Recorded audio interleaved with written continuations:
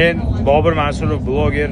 To'g'risi tez qarishdan, semirishdan, amakicha bo'lishdan qo'rqaman. Men hozir ham vagonlarda yuraman, sig'mayman. O'zimni noqulay his qilaman. Va men bugundan rasman diyetani boshladim. Rasman. Nima kulyapsan? Ishonmaysanmi? Aslan Turindan beri diyetani boshlaysan. Nimaga ishonmaysan? Chunki sen matonatsizsan. Matonatsiz ekanman. Necha marta diyeta boshladim?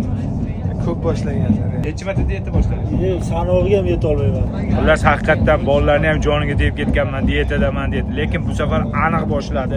Ozish uchun nima qilish kerak? Kamroq yeyish kerak, aka.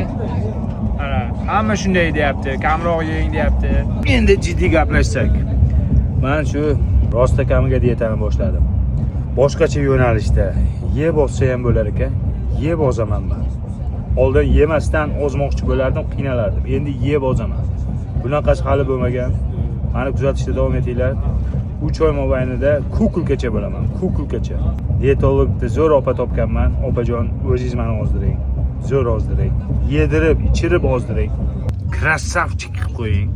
Mana shular kuyib o'lsin. Kuyib o'layotganman bir ko'ramiz. Ko'rasan. Chet ellik aktyorlarga o'xshatib qo'ying.